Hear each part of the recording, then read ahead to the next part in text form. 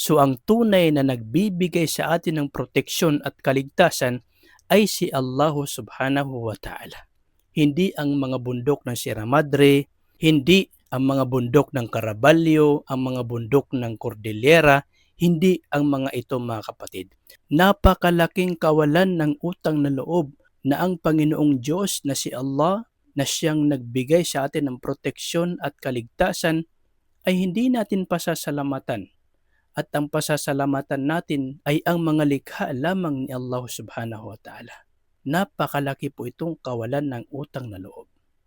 Napakahalaga ng kalikasan na likha ni Allah subhanahu wa ta'ala. Supalit mga kapatid sa Islam, hindi nangangahulugan na ang mga bundok na ito yung nagbibigay kaligtasan para sa atin. Hindi ganun mga kapatid sa Islam. Bagkus, ito ay mga kasangkapan lamang ni Allah para maproteksyonan tayo kung kanyang ipagkakaloob.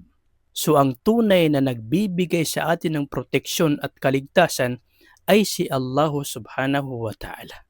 Hindi ang mga bundok ng Sierra Madre, hindi ang mga bundok ng Caraballo, ang mga bundok ng Cordillera, hindi ang mga ito mga kapatid. Pagkus ito ay mga kasangkapan lamang ni Allah subhanahu wa ta'ala na kung kanyang ipagkakaloob na tayo ay maligtas sa pamamagitan ng mga bundok na ito ay mangyayari. Subalit kung hindi ipagkakaloob ni Allah subhanahu wa ta'ala, walang magagawa ang mga bundok na ito. So ang lahat ng mga kabutihan na natatamo natin, kaligtasan, proteksyon, anumang biyaya na naa-achieve natin, ang lahat ng mga ito ay nagmumula kay Allah subhanahu wa ta'ala. Kaya siya po ang dapat na pinapasalamatan natin mga kapatid sa Islam.